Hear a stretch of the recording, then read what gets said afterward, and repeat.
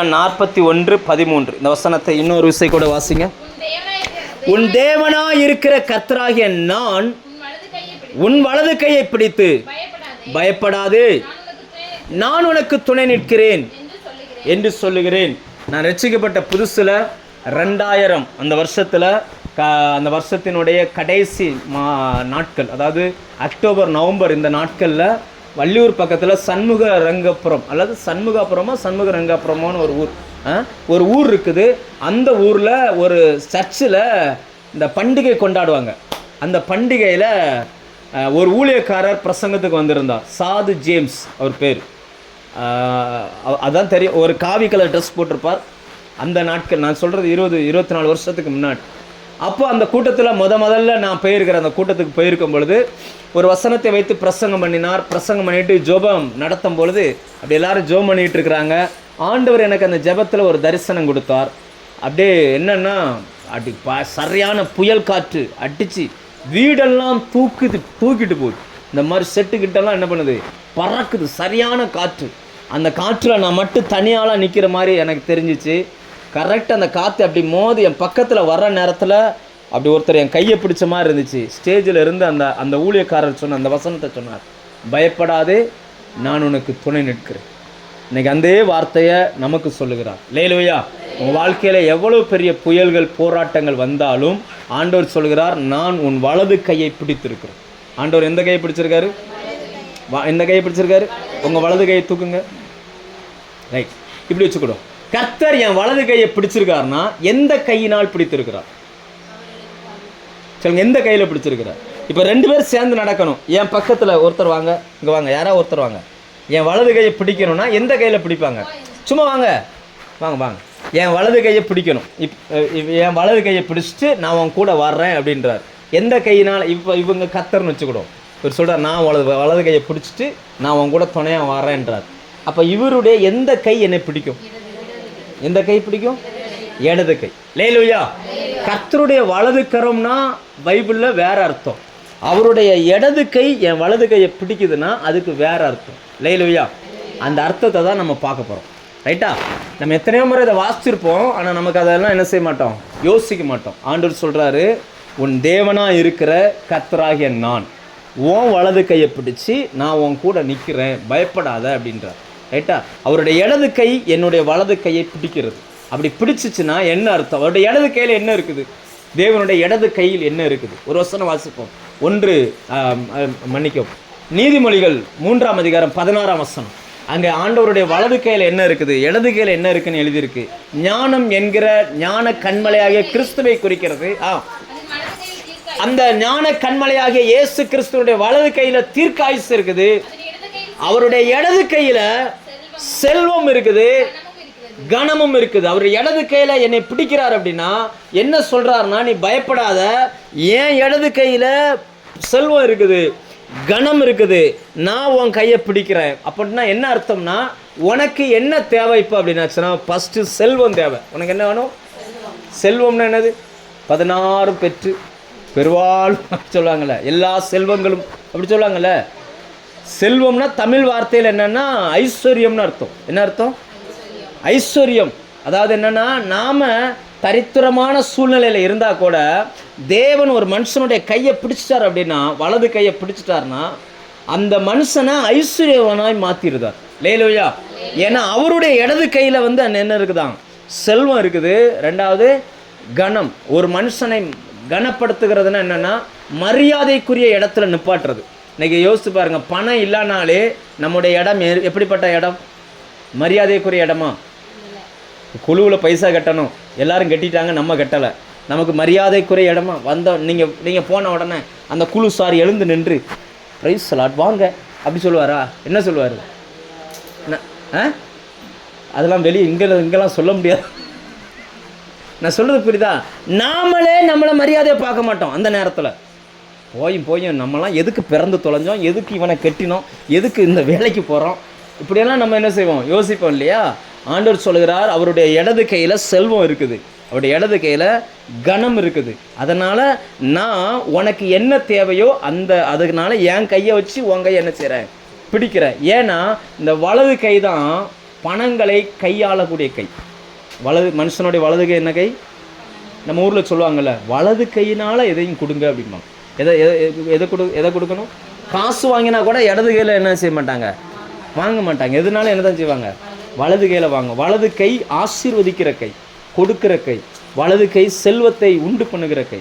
ஆனால் நம்மளுடைய வலது கை இன்னைக்கு எப்படி இருக்குன்னு பார்த்தீங்கன்னா, செல்வமும் கனமும் இல்லாத இடத்துல நம்ம இருக்கிறோம். ரைட்டா? ஏதோ வேலை செய்கிறோம், சாப்பிட்றோம். உண்மை தானே? யாராவது பேங்கில் லட்சக்கணக்கில் போட்டு வச்சுருக்கீங்களா? இருந்தனா ஆளுக்கு 1 லட்ச ரூபா கொடுத்துருங்க, நம்ம சர்ச்சு ஒர்க்கு பெண்டிங் இருக்குது, முடிச்சிருவோம்.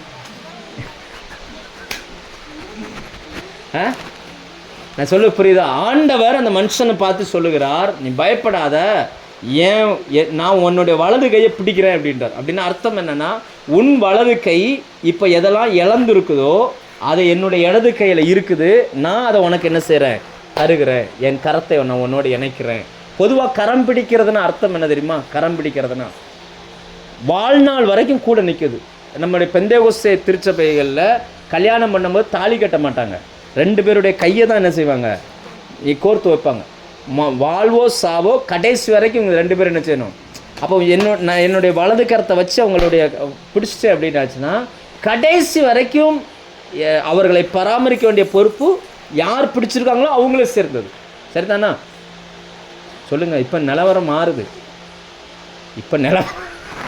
இப்போ நிலவரங்கள் மாறுது. பராமரிக்க வேண்டியவங்க வீட்டில் இருக்கிறாங்க, உட்கார வேண்டியவங்க இப்போ என்ன செஞ்சுக்கிட்டு இருக்காங்க. ஆமாம், இது நிலவரங்கள் மாறுது, சூழ்நிலைகள் மாறுது. அது போட்டும், கர்த்தர் நம்முடைய கரத்தை பிடிச்சிட்டார்னா நிச்சயமாக நமக்கு செல்வத்தையும் கனத்தையும் என்ன செஞ்சிருவார், தந்துடுவார். நீங்கள் நம்புங்க, ஆண்டவருடைய வார்த்தை சொல்லிட்டார்னா கட்டாயமாக அதை செய்வார். லேலூயா. இன்றைக்கி நமக்கு பொருளாதாரம் இன்னைக்கு நிலவரத்துக்கு தடுமாறலாம். என்ன செய்ய, ஏன்னா பயப்படாதன்ட்டாலே என்ன அர்த்தம்னா, பயப்படக்கூடிய சூழ்நிலையில் நம்ம இருக்கிறோன்னு அர்த்தம். சும்மா சந்தோஷமாக இருக்கிற ஆள்கிட்ட போய் யாராவது பயப்படாதன்னு சொல்ல மாட்டாங்க. யாரை பார்த்து பயப்படாதன்னு சொல்லுவோம். நம்ம ஆஸ்பத்திரி போகிறோம், ரொம்ப மோசமான கண்டிஷனில் ஒருத்தர் இருப்பார், நம்ம அவங்கள பார்க்க போகிறோம். என்ன சொல்லிட்டு வருவீங்க நீங்களாம்? சொல்லுங்கள், என்ன சொல்லிட்டு வருவீங்க? பயப்படாதீங்க. ஏன் பயப்படாதீங்கன்னு சொல்கிறோம்னா, அவங்கள ஆறுதல் படுத்துகிறோம். நம்மளால் எதுவும் செய்ய முடியாது. ஆனால் ஆண்டவர் நம்மளை பார்த்து சொல்கிறாரு, நீயும் பொருளாதாரத்திலையும் கனத்திலையும் ஒரு ஐசியூ கண்டிஷனில் தான் நீ உட்காந்துக்கிட்டு இருக்கிற. இது என்னவா மாறும், எங்கே போய் முடியும், என் லைஃப் எப்படி செய்யும்னு என்ன செய்யலை, தெரியலை. இப்படி சூழ்நிலையில் நீ இருக்கிறதுனால ஆண்டவர் சொல்கிறார், உன் தேவனாகிய கர்த்தர். ஆண்டவருடைய பேர் என்னவா? தேவனாகிய கர்த்தர். பைபிளில் தேவன்னா வேற அர்த்தம், கர்த்தர்னா வேற அர்த்தம். தேவன்னா எங்கே ஸ்டார்ட் ஆகுதுன்னா, ஆதியாகமம் 1:1 சொல்லுகிறது, ஆதியிலே தேவன் வானத்தையும் பூமியையும் சிருஷ்டித்தார்.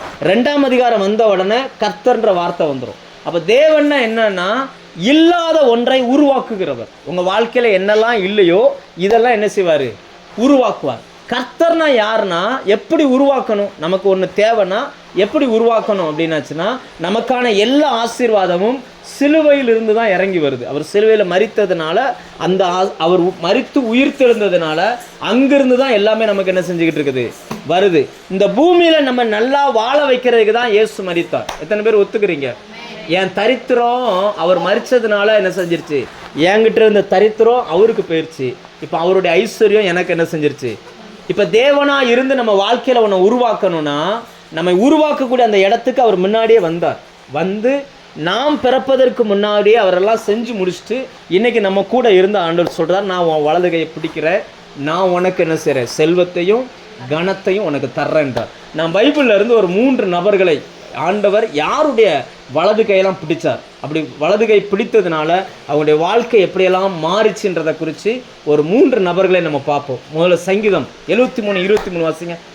தேவன் முதலாய் தாவீதை குறித்து இப்படி வசனம் சொல்லுகிறது. சங்கீதம் வாசிங்க. 73:23. ஆனாலும் நான் எப்பொழுதும் உம்மோடு இருக்கிறேன், நீர் என் வலது கையை பிடித்து தாங்குகிறீர். அந்த சங்கீதத்தை எழுதின அந்த சங்கீதக்காரன் சொல்கிறான், என் வலது கரத்தை நீர் பிடித்திருக்கிறீர். கர்த்தர் என்ன செஞ்சிருக்காரு, பிடிச்சிருக்கிறார். தாவீதுனுடைய வாழ்க்கையை பார்த்தீங்கன்னா, பிறப்பு எப்படிப்பட்ட பிறப்பு, நம்ம ஏற்கனவே சர்ச்சில் நிறைய சொல்லி கொடுத்துருக்குறோம். அப்பா அம்மாவே அந்த பிள்ளை வேண்டான்னு நினச்சாங்க. கருவிலேயே அவன் வெறுக்கப்பட்டவன். இப்படி ஒரு பிள்ளை எங்களுக்கு வேண்டான்னு சொல்லி பேரண்ட்ஸே வேண்டான்னு சொன்னாங்க, அவ கருவிலேயே. அதனால தான் சங்கீதங்களை நம்ம வாசிப்போம், தகப்பனும் தாயும் என்னை கைவிட்டாலும் நீர் என்னை சேர்த்து கொண்டீர் அப்படின்றார். அதாவது தமிழில் இப்படி இருக்குது. ஆனால் மூல பாஷை எப்படி இருக்குன்னா, தகப்பனும் தாயும் என்னை அது கைவிட்டார்கள்னு இருக்காது, என்னை அப்படியே வேண்டானே ஒதுக்கிட்டாங்க. நீர் என்னை சேர்த்து கொண்டீர்னு இருக்காது, என்னை அடாப்ட் பண்ணீர், அதாவது என்னை தத்தெடுத்து கொண்டீர் அப்படின்னு இருக்கும். பெத்த அப்பா அம்மா வேண்டான்னு நினைக்கிறாங்க. ஆனால் கர்த்தர் தாவீது என்ன பண்ணாராம், தத்தெடுத்தார். தாவீதோடு கூட உடன் பிறந்தவர்கள் எல்லாரும் நல்ல நிலைமையில இருக்கும் பொழுது, நல்ல வேலையில் நல்ல பணம் சம்பாதிக்கக்கூடிய மிலிட்ரியில் இருக்கிறாங்க. ஆனால் தாவீதை அவங்க அப்பா எங்கே அனுப்பினார் அப்படின்னு பார்த்தீங்கன்னா, ஆடு மேய்க்கிற வேலைக்கு அனுப்பினார். எங்கே அனுப்பினார்? ஆடு மேய்க்கிற வேலைக்கு அனுப்பினார். அதுவும் எப்படிப்பட்ட ஆடு, எந்த காடு அப்படின்னு பார்த்தீங்கன்னா, சிங்கமும் கரடியும் இருக்கிற காடு. நீங்கள் யோசிச்சு பாருங்க, ஒரு வெறி நாய் அந்த பக்கம் சுற்றுதுன்னா உங்கள் பிள்ளை அனுப்புவீங்களா? சொல்லுங்கள், அனுப்புவீங்களா? அனுப்ப மாட்டோம். ஒரு கடிநாய் அந்த பக்கம் இருக்கனாலே நம்ம என்ன செய்ய மாட்டோம். யாராவது ஒருத்தர் அந்த தெருவில் பாம்பு அலையிறத பார்த்தனாலே நம்ம என்ன செய்ய மாட்டோம், நம்ம பிள்ளை அனுப்ப மாட்டோம். ஆனால் அவங்க அப்பா அம்மா அவனை எங்கே அனுப்புகிறாங்க அப்படின்னாச்சுன்னா, சிங்கமும் கரடியும் இருக்கிற காட்டுக்கு அனுப்புகிறாங்க. எப்படியாவது இவன் செத்து தொலையிட்டுன்னு நினைக்கிறாங்க. சகோதரர்கள் அவனை வேற்று மனுஷனாய் பார்க்கிறார்கள். நீங்கள் ஏசாயா அந்த சங்கீதம் 69 படிச்சிங்கன்னா அதில் வரும், என் தாயின் பிள்ளைகளுக்கு நான் அந்நியன் ஆனேன். என் ஒரே கற்பத்தில் ஒன்றா பிறந்தவங்க அந்நியனா பார்க்குறாங்க. அப்படின்னா என்ன அர்த்தம்னா, அடுத்தவங்களாவது இறக்கம் காட்டுவாங்க, கூட பிறந்தது எப்படி இருக்குது, அந்நியனாய், அடுத்தவனாய், சம்பந்தம் இல்லாத நபராய் அப்படி பார்க்குது. அவனை அப்படி ஆகாதவனாய் பார்க்குறாங்க. அப்படிப்பட்ட ஒரு இடத்துல இருந்த அந்த தாவீது, இப்போ வசனம் சொல்லுகிறது, தேவன் தாவீதினுடைய கரத்தை பிடித்தார். அவர் சொல்லுகிறார், நீர் என் வலது கரத்தை பிடித்திருக்கிறீர், என் வலது கரத்தை பிடித்து தாங்குகிறீர், என் பக்கத்திலே நீர் என்ன செய்கிறீங்க, என் கூட இருக்கிறீங்க, என் கூட இருந்து என்னை தாங்குறீங்க. 8ஆம் வசனம் வாசிங்க. ஏசாயா சங்கீதம் 69:8 அதில் வருதும் பாருங்க. 69:8 என் சகோதரருக்கு வேற்று மனுஷனும் அந்நியனுமானேன். தாவீதை இப்படி தான் பார்த்தாங்க. அதாவது உதவி செய்ய வேண்டிய இடத்துல அப்பா இருக்கிறார், பார்த்தா பெரிய கோடீஸ்வரன், இவர் பேரை சொன்னாலே ராஜாவுக்கு தெரியும். அந்த அளவுக்கு பணம் உதவி செய்வதற்கு பெற்றவங்களால முடியும், பணமும் கையில் இருக்கு, ஆனால் உதவி செய்ய மாட்டாங்க. கூட பிறந்தவங்க உதவி செய்யாட்டா கூட பிரச்சனை இல்லை, ஆறுதலாக 4 வார்த்தை சொன்னாலே போதும். ஆனால் அந்த 4 வார்த்தை கூட அவங்க என்ன செய்ய மாட்டாங்க, பேச. அதனால் அது சொல்கிறார், நிந்த என் இருதயத்தை பிளந்தது அப்படின்றார் பாருங்க. 7ஆம் வசனம், உமது நிமித்தம் நிந்தையை சகித்தேன். அதாவது அந்த அவமானம் அதெல்லாம் பார்த்தீங்கன்னா 20ஆம் வசனம் வாசிங்க. நிந்த என் இருதயத்தை பிளந்தது, மிகவும் வேதனைப்படுகிறேன். என் சூழ்நிலையை பார்த்து ஐயோ பாவம் அப்படின்னு கூட சொல்றதுக்கு ஒரு ஆள் இல்லையா தாவீது. ஐயோ பாவம்ப்பா அந்த பையன் ரொம்ப கஷ்டப்படுறான் அப்படின்னு சொல்லது கூட ஒரு ஆள் இல்லை. அப்படிப்பட்ட ஒரு வாழ்க்கை வாழ்ந்தவர் தான் தாவீது. எப்போ கர்த்தர் அவருடைய கையை பிடிக்கிறதுக்கு முன்னாடி. அதுக்கு பிறகு சூழ்நிலை எப்படி மாறிச்சு அப்படின்னா, கர்த்தர் அந்த தாவீதனுடைய கரத்தை பிடித்தார். பிடிச்ச பிறகு எல்லாராலும் ஒதுக்கப்பட்ட தாவீதை தேவன் உயர்த்த ஆரம்பித்தார். இப்போ சமஸ்த இஸ்ரவேலுடைய ராஜாவாய் தாவீது மாறிட்டார். எந்த அப்பா இவன் ஆகாதுன்னாரோ இப்போ அந்த அப்பாவுக்கு ராஜா யாரு சொல்லுங்க, அந்த ராஜா யாரு? ஆமாம், அந்த மிலிட்ரியில் அவர் தாவீதினுடைய இராணுவத்தில் வேலை செய்கிற ஆள் தான் தாவீதினுடைய சகோதரர்கள். இப்போ அந்த சகோதரர்களுக்கு பணம் கொடுக்குற இடத்துல யார் இருக்கிறா? தாவீது. ஆனால் ஒரு நேரத்தில் சாப்பாட்டு கூட இருக்காது. அந்த 69ஆம் சங்கீதத்தை பாருங்கள். 69ஆம் சங்கீதத்தில் அவர் எழுதுகிறார், என் ஆகாரத்தில் கசப்பை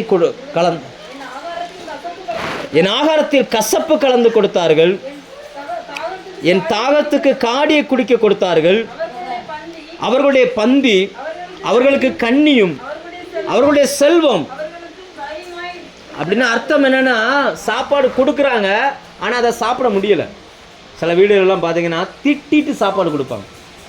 அதை சாப்பிட முடியுமா?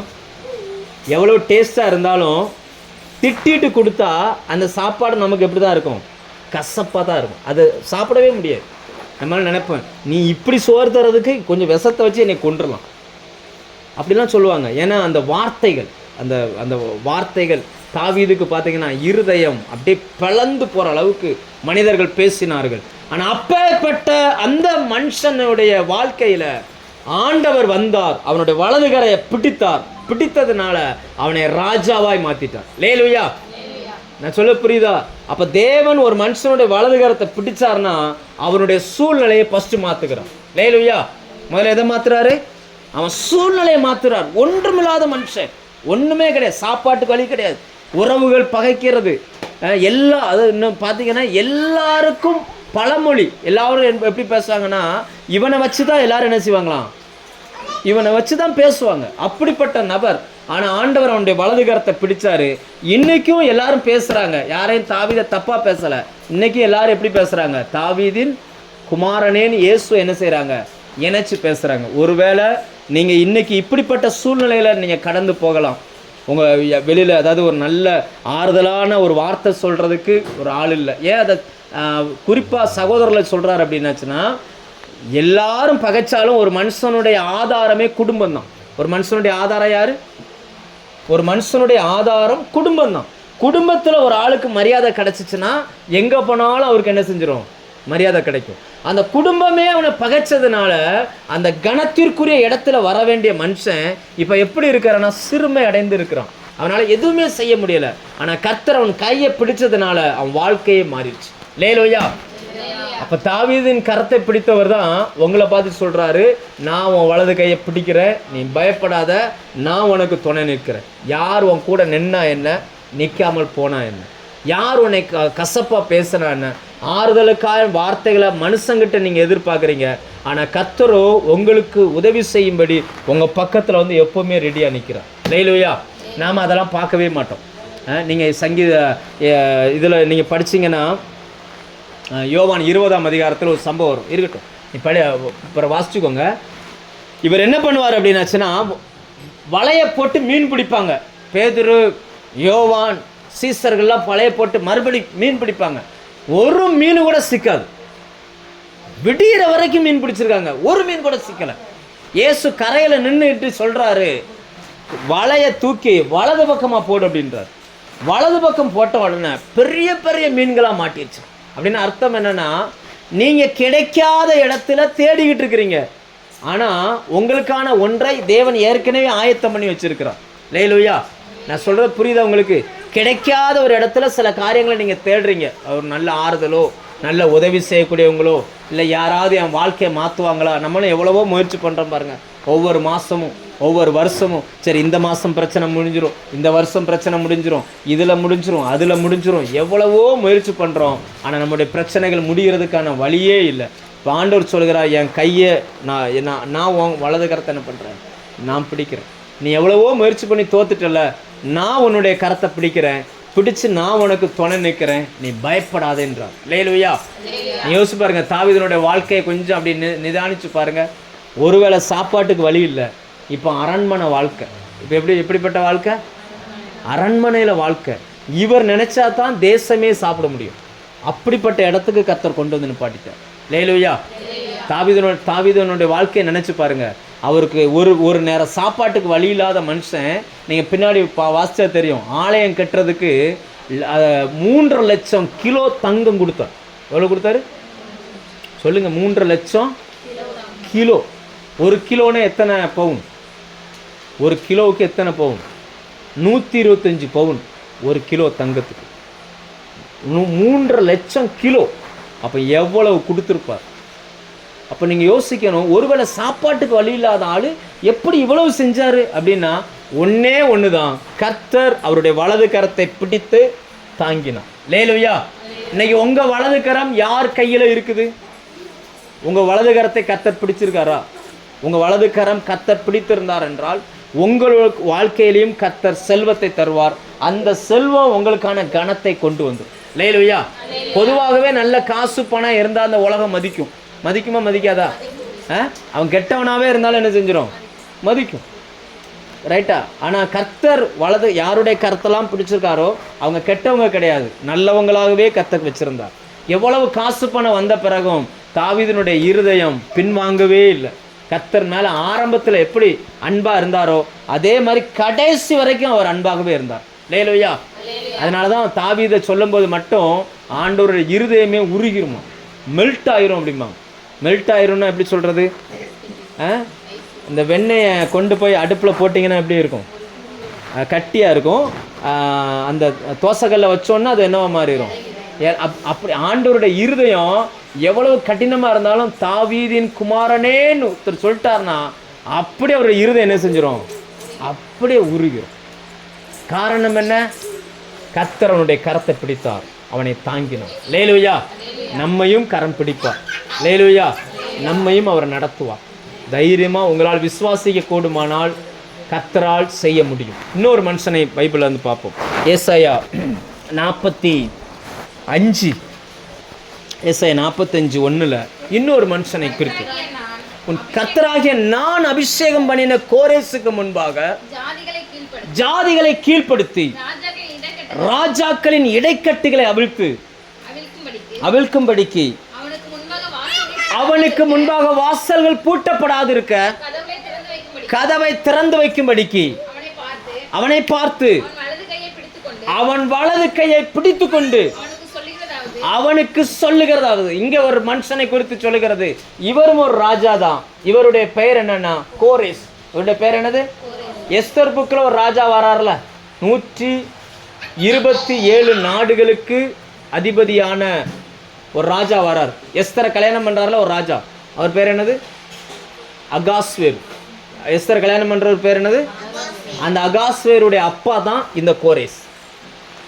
இந்த கோரேஸ் பிறப்பால் ஒரு ராஜா கிடையாது. ஒரு ராஜாக்கள் நிறைய என்ன சொல்லுவாங்க, ஆசை நாயகிகளை வச்சிருப்பாங்கல்ல, என்ன சரிதானா? ஆசை நாயகிகள் வச்சிருப்பாங்கல்ல, அப்படி ஒரு நாயகிகளுக்கு பிறந்த ஒரு பையன். அந்த நாட்களில் பிள்ளைங்க பிறந்தவொடனே ஜாதகம் பார்ப்பார்கள், நேரங்களை கணிப்பார்கள். அப்படி அந்த அரண்மனை ஜோசியர் என்ன பண்ணிட்டாருன்னா, இவன் பிறந்த உடனே இவன் தான் அடுத்த ராஜாவா வருவான்னு சொல்லி நட்சத்திரம் சொல்லுதுன்ட்டார்.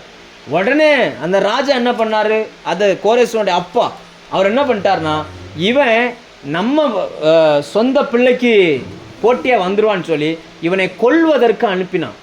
ஆனால் கொல்ல போன மனுஷன் இவனை பார்த்துட்டு கொல்லாமல் ஒரு மேய்ப்பன், ஆடு மேய்க்கிறவன் கையில் கொடுத்து எங்கேயாவது தூரமாக கொண்டு போய் இந்த பிள்ளையை வளர்த்துக்கோ அப்படின்னு சொல்லி கொடுத்து விட்டு போயிட்டான். இப்போ பிறப்பு ராஜ பிறப்பு, ஆனால் வாழ்க்கை என்ன வாழ்க்கை? கஷ்டமான வாழ்க்கை. இன்னைக்கு நம்ம பிறப்பு ராஜ பிறப்பு. ஏன்னா எபேசியர் 1:4 சொல்லுகிறது. 1:3 எடுத்து 1:3 வாசிங்க. 1:3-4 எபேசியர் 1:3-4 நம்முடைய கர்த்தராகிய இயேசு கிறிஸ்துவின் பிதாவாகிய தேவனுக்கு ஸ்தோத்திரம், அவர் கிறிஸ்துவுக்குள் உன்னதங்களிலே ஆவிக்குரிய சகல ஆசீர்வாதத்தினாலும் நம்மை ஆசீர்வதித்திருக்கிறார். தமக்கு முன்பாக நாம் அன்பில் பரிசுத்தம் உள்ளவர்களும் குற்றமில்லாதவருமாய் இருப்பதற்கு உலக தோற்றத்திற்கு முன்னே கிறிஸ்துவுக்குள் நம்மை. இந்த தெரிந்து கொள்றதுன்னா என்ன தெரியுமா? தெரிந்து கொள்றது. ஞானம் பர்னிச்சருக்கு போங்க, விதவிதமாக ஏர் கூலர் இருக்கும். ஆனால் சில நேரங்களில் இந்த அறவேக்காட்டுத்தனமான ஆள் போவாங்க. இருக்கிறதுலே நல்ல ஏர் கூலரை இவங்க சொல்லுவாங்க, இது நல்லா இருக்கும்னே, இதை வாங்குங்கன்னு. அவன் சொல்லுவான், இது எனக்கு வேண்டாம். இருக்கிறதுலே மோசமானதை என்ன செய்வான்? நான் உங்களுக்கு புரியுதுக்காக சொல்கிறேன். இருக்கிறதுலே மோசமானதை என்ன செய்வான்? எனக்கு இதுதான் வேணும் அப்படிமா. அப்போ அந்த கடை ஓனரோ அங்கே வேலை செய்கிற அந்த ஸ்டாஃப்கள் தானே உங்கள் பேர், ஸ்டாஃப்கள் சொல்லுவாங்க, இல்லைண்ணே நீங்கள் இதை வாங்குறத விட இது வாங்கினீங்கன்னா நல்லா இருக்கும்னு. ஆனால் அந்த ஆள் ஆஃப் ஆள் அவர் சொல்லுவார், இல்லை எனக்கு இதுதான் வேணும். கடைசியில் அந்த விற்கிறவங்களுக்கு விருப்பம் இல்லாட்டாலும் கேட்டதை தான் கொடுப்பாங்க. சரிதானா? ஏன்னா அவர் அதை தெரிந்து கொண்டார். அந்த வாங்குறவர்களுடைய டேஸ்ட் எதில் தான் இருக்குது? அதில் தான் இருக்குது. அவருடைய டேஸ்ட்டுக்கு தகுந்த மாதிரி தான் ஒரு பொருள் எடுக்கிறார். சரியா இல்லையா சொல்லுங்க. ஒரு செருப்பு எடுக்க போனால் கூட நல்ல செருப்பு இருந்தாலும் நீங்கள் எதை விரும்புகிறீங்களோ அதை தான் என்ன செய்கிறீங்க? தெரிந்து கொள்கிறீங்க. நீங்கள் எதை தெரிந்து கொள்கிறீங்களோ அதுக்கு தான் பணம் கொடுக்குறீங்க. அப்படி தான் தேவன் உலகம் உருவாவதற்கு முன்னாடியே கிறிஸ்துவுக்குள் நம்ம என்ன பண்ணாராம்? தெரிந்து கொண்டார். பிறப்பு ராஜ பிறப்பு. ஆனால் வாழ்க்கை எப்படிப்பட்ட வாழ்க்கை நம்ம வாழ்ந்துக்கிட்டு இருக்கோம்? அந்த கோரேஸ் வாழ்ந்தது போல் நம்ம என்ன பண்ணிகிட்டு இருக்கோம்? ஒரு சாதாரண ஒரு ஏழை வீட்டில் சாதாரண ஒரு ஆடு மேய்க்கிறவனா நம்ம வாழ்ந்துக்கிட்டு இருக்கிறோம். ஆனால் கோரேஸ் பிறக்கிறதுக்கு 200 வருஷத்துக்கு முன்னாடி இந்த தீர்க்க தரிசனம் சொல்லப்பட்டது. கோரேஸே இன்னும் பிறக்கலை. கோரேஸ் பிறக்கிறதுக்கு முன்னாடியே கர்த்தர் சொன்னார், கோரேஸ்னு ஒருத்தன் வருவான், அவன் பிறப்பான், அவனுக்கு முன்னாடி கதவுகள்லாம் பூட்டப்படாமல் என்ன செய்வாங்களாம், இவன் போனாலே கதவை திறந்து வச்சுருவாங்க. ஒருத்தர் கதவை திறக்கிறாருன்னு அர்த்தம் என்ன தெரியுமா? அவரை ஏற்றுக்கொள்கிறாருன்னு அர்த்தம். இப்போ நான் ஒரு வீட்டுக்கு வரேன், என்னை பார்த்தோன்னு ஒருத்தர் கதவை அடைக்கிறாருன்னு என்ன அர்த்தம்? என்னை பார்க்க அவர் விரும்பலன்னு அர்த்தம். என்னை நான் வர்றேன்னு கேள்விப்பட்டு கதவை திறந்து என்ன வாங்கினேன், நீங்கள் எப்போனாலும் வாங்க, கதவை திறந்தா இருக்கு, நீங்கள் வீட்டுக்குள்ளே வந்துருங்கண்ணே அப்படின்னு சொன்னாங்கன்னு என்ன அர்த்தம்? என்னை விரும்புகிறாங்கன்னு. அதை தான் ஆண்டவர் சொல்கிறார், அவனுக்கு முன்பாக கதவுகள் என்ன பண்ணிருக்கோம், பூட்டப்படாதிருக்க திறந்து வைக்கப்பட்டிருக்கும். இப்படியெல்லாம் சொல்லிட்டு அவனுடைய வலது கரத்தை நான் பிடித்து அப்படின்றார். அப்போ தேவன் வலது கரம் பிடித்த 2வது மனுஷன் யாருன்னா இந்த கோரேஸ். பிறப்பால் அவன் ஒரு ராஜாவாக இருந்தாலும் கூட அவன் வளர்க்கப்பட்ட விதத்தில் அவன் எப்படிப்பட்டவனா, கஷ்டப்பட்டவன், அன்றாட சாப்பாட்டுக்கு கஷ்டப்பட்டவன். ஆண்டவர் அவனை பார்த்து தான் சொன்னார், அவன் எப்படி இருப்பான் அப்படின்னாச்சுன்னா, அவனை குறித்து சொல்லும் பொழுது அதில் கீழே வாசிங்க, 45ஆம் அதிகாரத்தில் 4ஆம் வசனம். அவன் வெண்கல கதவுகளை உடைப்பானான், இரும்பு தாழ்பாலெல்லாம் உடைத்துருவான், முறித்து.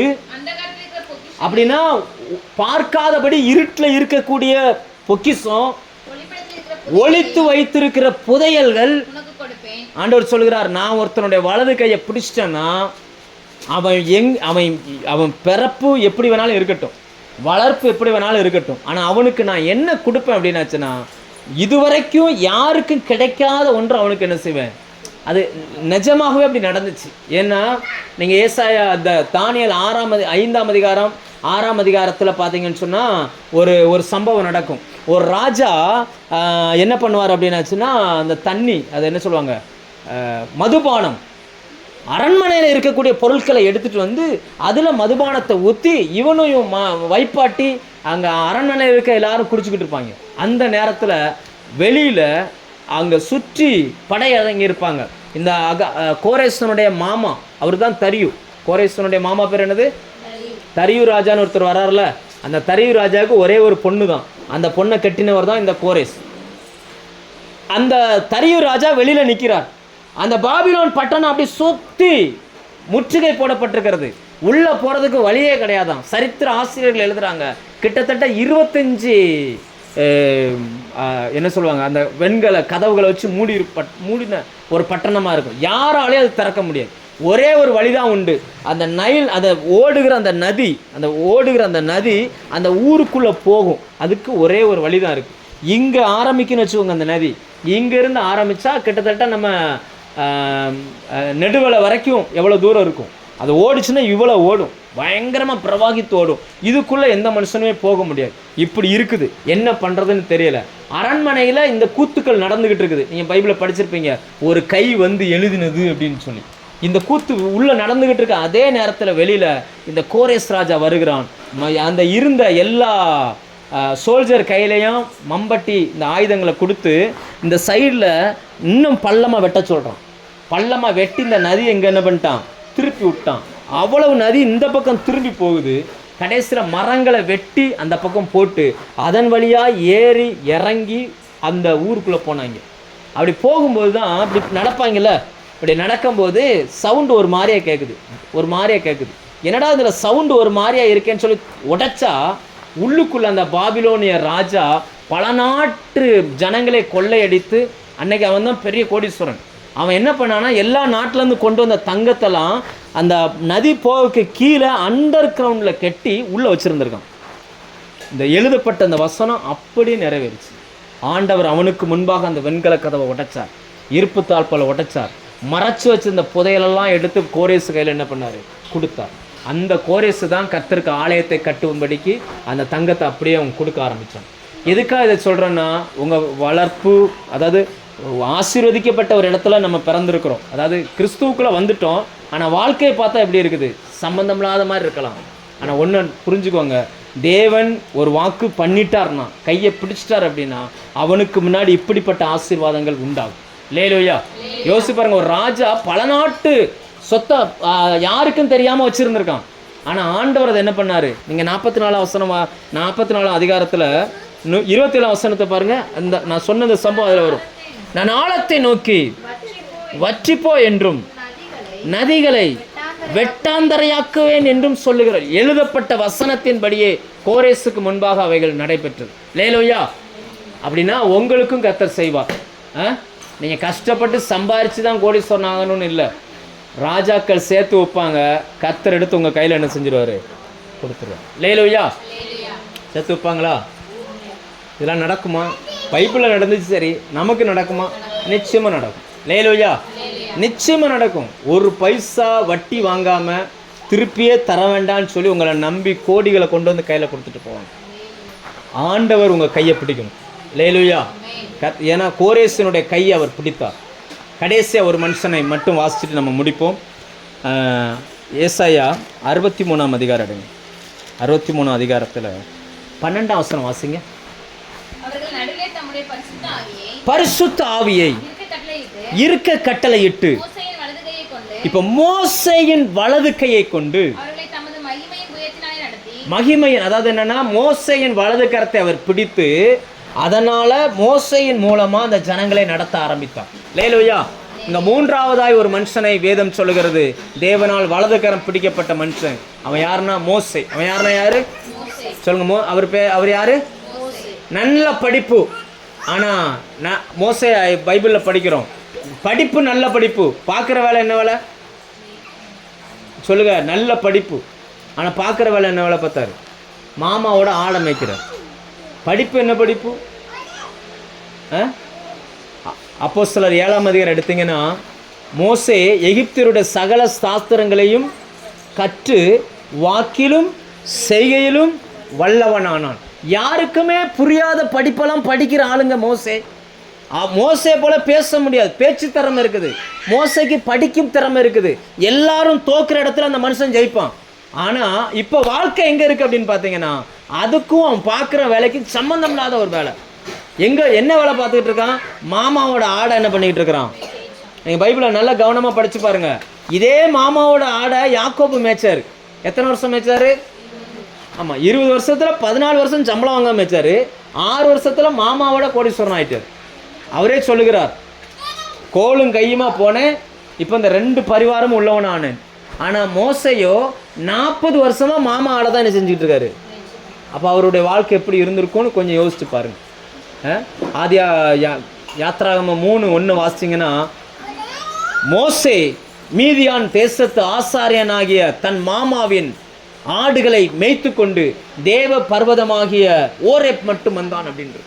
அப்போ படிப்பு பார்த்தீங்கன்னா நல்ல படிப்பு. யாருக்கும் இல்லாத திறமையை கர்த்தர் கொடுத்திருந்தார். யாராலையும் ஜெயிக்க முடியாத காரியங்களை மோசையால் எளிதாக ஜெயிக்க முடியும். ஆனால் வேலை இப்போ சூழ்நிலை அவங்களை எங்கே கொண்டு வச்சிருச்சுன்னா, சம்பந்தம் இல்லாத ஒரு இடத்துல கொண்டு வந்து வச்சிருச்சு. ரைட்டா? சில நேரங்கள் நம்ம நினைப்போம், என் திறமைக்கும் என் படிப்புக்கும் என் அழகுக்கும் இல்லையா. சில வீடுகளில் சண்டை போடும்போது புருஷனை பார்த்து சொல்லுவாங்க, எத்தனை பேர் என்னை தேடி வந்தாங்க தெரியுமா, என் அழகுக்கும் என் படிப்புக்கும் போயும் குரங்கு மூஞ்சிக்கிட்ட வந்து மாட்டிக்கிட்டேன். சும்மா சொல்லுவாங்க. நான் இதெல்லாம் வந்து சகஜம் இல்லையா. ராசப்பன்ட்ட கேட்டால் தெரியும். சரி, அது போட்டோம். எதுக்கு இதை சொல்கிறேன்னா, நல்லா யோசிச்சுக்கோங்க. உங்கள் தகுதிக்கும் படிப்புக்கும் சம்பந்தம் இல்லாத ஒரு இடத்துல நீங்கள் இருக்கலாம். ஆனால் கர்த்தர் அந்த மோசேயினுடைய கையை பிடிச்சார். ஆண்டவர் கையை பிடிச்சி சொன்ன, இந்த கோலை எடுத்து கொண்டு போ, நீ எகிப்திற்கு முன்பாக பலத்த காரியங்களை செய்வாய் அப்படின்னு. யோசிச்சு பாருங்க.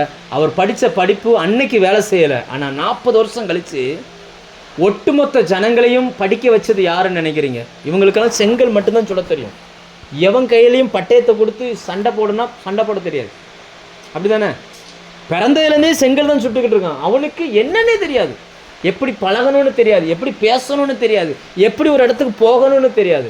ஆனால் இவன் படித்த படிப்பு, அவன் மோசை நினச்சிக்கிட்டு இருக்காரு, எல்லாம் போச்சுப்பா, கடைசி வரைக்கும் இந்த ஆடு மேட்ச்சு கட்டி கடைசி வரைக்கும் நம்ம வாழ்க்கை இப்படி ஓடிடும் போல இருக்கு அப்படின்னு நினைக்கிற நேரத்தில் கர்த்தர் வந்து அந்த மோசையின் வலது கரத்தை பிடித்தார். விளைவு என்ன தெரியுமா? லட்சக்கணக்கான ஜனங்களை மகிமையில் அவர் நடத்தினார். அந்த வசனத்தை திரும்ப வாசிங்க. ஏசாயா 43. அவர்கள் நடுவிலே தம்முடைய பரிசுத்த ஆவி இருக்க கட்டளையிட்டு மோசையின் வலது கையை கொண்டு மகிமையின் அப்படின்னா அர்த்தம் என்னன்னா, இப்ப மோசையினுடைய வலது கரத்தை கர்த்தர் பிடிச்சிருக்கிறாரு. அதனால மோசையின் கையை வச்சு கர்த்தர் எல்லா காரியத்தையும் என்ன பண்ணிட்டு இருக்கிறாரு? செய்துகிட்டு இருக்கிறார். நான் சொல்கிறேன், உங்கள் திறமை நீங்கள் கர்த்தருக்குள்ளே இப்போ இருக்கிற சூழ்நிலைக்கு தடையாக இருக்குதுன்னெலாம் யோசிக்காதீங்க. தேவன் உங்கள் கரத்தை பிடிப்பாரே, ஆனால் உங்களுக்கு கர்த்தர் தந்திருக்கிற அந்த திறமை அநேக ஜனங்களுக்கு பிரயோஜனமாக மாறிடும். லேலுயா, நான் சொல்ல புரியுதா? தேவன் உங்கள் கரத்தை பிடிக்காத வரைக்கும் தான் நம்ம வாழ்க்கையில் செல்வமும் கனமும் இல்லாமல் இருக்கும். இந்த 3 பேரையும் பாருங்கள், தாவீதை பாருங்கள், கோரேஸை பாருங்கள், அடுத்து மோசே பாருங்கள். இவங்க வாழ்க்கையில் அடிமட்டத்தில் அந்த மோசே அப் அண்ட் டவுன், ஒரு தடவை மேலே போகிறாரு, ஒரு தடவை கீழே போகிறார். நம்ம வாழ்க்கையிலும் சில நேரம் சந்தோஷம் உச்சத்துக்கு போயிடுது, சில நேரம் படுகுழியில் விழுந்து கிடக்கிறேன், அப்புறம் கொஞ்ச நேரம் கழித்து அப்புறம் சில நாட்களில் மேலே போகிறது, அப்புறம் சில நாட்கள் இப்படியே போய்கிட்டு இருக்கு. இந்த இசிஜி எடுக்கிறது போல் என்ன செய்யுது? கவலைப்படாதீங்க, கர்த்தர் உங்கள் கரத்தை பிடிப்பாரே, ஆனால் நீங்கள் நினைக்கலாம், நான் எனக்கே யூஸ் இல்லை, எதுக்கு என்னை படிக்க வைக்கணும், எதுக்கு என்னை இங்கே வைக்கணும்? நீங்கள் அவன் பேக்ரவுண்டெல்லாம் யோசிச்சு பாருங்கள். மோசேனுடைய பேக்ரவுண்டை படிச்சிங்கன்னா, ஒரு வீட்டில் 2 பிள்ளை இருக்குது. ஒருத்தர் ஆரோனுக்கு சாப்பாடு அடிமையின் சாப்பாடு, மோசே அதே வீட்டில் இருக்கார், மோசேக்கு ராஜ சாப்பாடு. அப்போ மோசே அப்படி இளமை காலத்தில் அப்படி இருந்தார், ஒரு வேலையும் செய்ய விட மாட்டாங்க. ஆனால் இப்போ பார்த்தீங்கன்னா எல்லா வேலையும் மாமா வீட்டில் இவர் தான் என்ன செய்யணும். இப்போ உட்கார நேரம் இல்லை. செல்ல பிள்ளையாக வளர்க்கப்பட்டவர்கள் இப்போ எப்படி இருக்கிறாங்க? உட்கார நேரம் இல்லாமல் இருக்கிறாங்க. லேலுயா, இப்படிப்பட்ட சூழ்நிலையில் நீங்கள் சிக்கி இருந்தால் கூட ஆண்டவர் உங்களுடைய வலதுகரத்தை பிடிப்பாரே, ஆனால் உங்கள் வாழ்க்கையில் செல்வமும் கனமும் வந்து சேரும். நம்புறீங்களா? இதெல்லாம் நடக்கும்னு சொல்லி நம்புறீங்களா?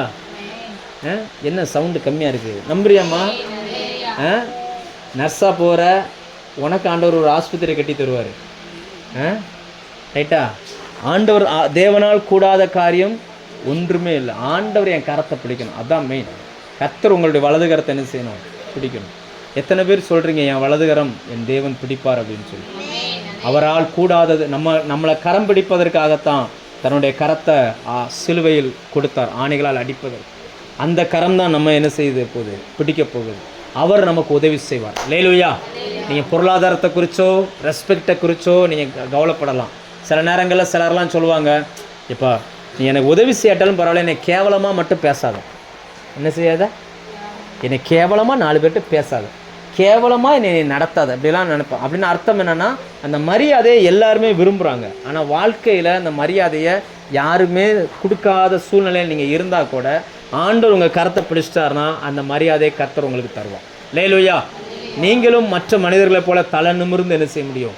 நிற்க முடியும். தேவையான பொருளாதார உதவிகள் பரத்திலிருந்து நமக்கு வரும். வானத்தையும் பூமியும் உண்டாக்கின கர்த்தராலே சகலமும் செய்ய முடியும். லேலுயா, நான் அந்த தரிசனம் பார்த்தேன்னு சொன்னேன்ல, அதுக்கப்புறம் என் வாழ்க்கையில் படாத பாடுகள் அனுபவித்தேன், பெரிய பெரிய பிரச்சனைகள்லாம் சந்தித்தேன், எவ்வளவோ நெருக்கங்கள். ஆனாலும் இப்போ திரும்பி பார்க்குறேன், கிட்டத்தட்ட 20-24 வருஷம் ஆயிடுச்சு. அன்னைக்கு சொன்ன அந்த ஆண்டவர் இன்னைக்கு வரைக்கும் என்னை கைவிடவே இல்லை. எவ்வளவோ புயல் காற்றுகள், எவ்வளவோ நெருக்கங்கள், எவ்வளவோ கடன்கள், எவ்வளவோ ஏளனங்கள், எவ்வளவோ அவமானங்கள், அப்படி இருந்த பொழுதிலும் கூட கர்த்தர் நம்மளை இதுவரைக்கும் என்ன செய்யலை? கைவிடவே இல்லை. நிச்சயமாக நம்மளை உயர்ந்த இடங்களில் கர்த்தர் உட்கார வைப்பார். எந்த ஊரில் கடனோடு வந்தனோ அதே ஊருக்கு இன்றைக்கி ஒரு ஊழியக்காரனாக போய் என்ன செய்கிறேன்? நான் நிற்கிறேன். அநேகரை ப்ளஸ் பண்ண வேண்டிய இடத்துல கர்த்தர் என்னை கொண்டு வந்து நிப்பாட்டுறார். நம்ம கரத்தை கர்த்தர் பிடிப்பார், உங்கள் கரத்தையும் கர்த்தர் பிடிப்பார், உங்கள் வாழ்க்கையை கர்த்தர் மாற்றுவார். நீங்கள் நம்புங்க, ஆண்டவரே என் வாழ்க்கை உங்களுடைய கரத்தில் தருகிறேன்னு சொல்லுங்கள்.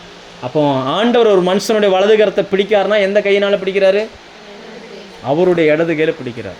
அவருடைய இடது கையில் ஏன் பிடிக்கிறார்? இடது கையில் என்ன வச்சுருக்கிறாரு? செல்வமும் கனமும். ரைட்டா? அப்போ அது உங்களுக்கு வேணும்னா உங்கள் வலது கரத்தை, என் கரத்தை நீங்கள் பிடிங்க ஆண்டவரேன்னு சொல்லி தேவ கரத்தில் ஒப்பு கொடுத்து ஜெபம் பண்ணுமா?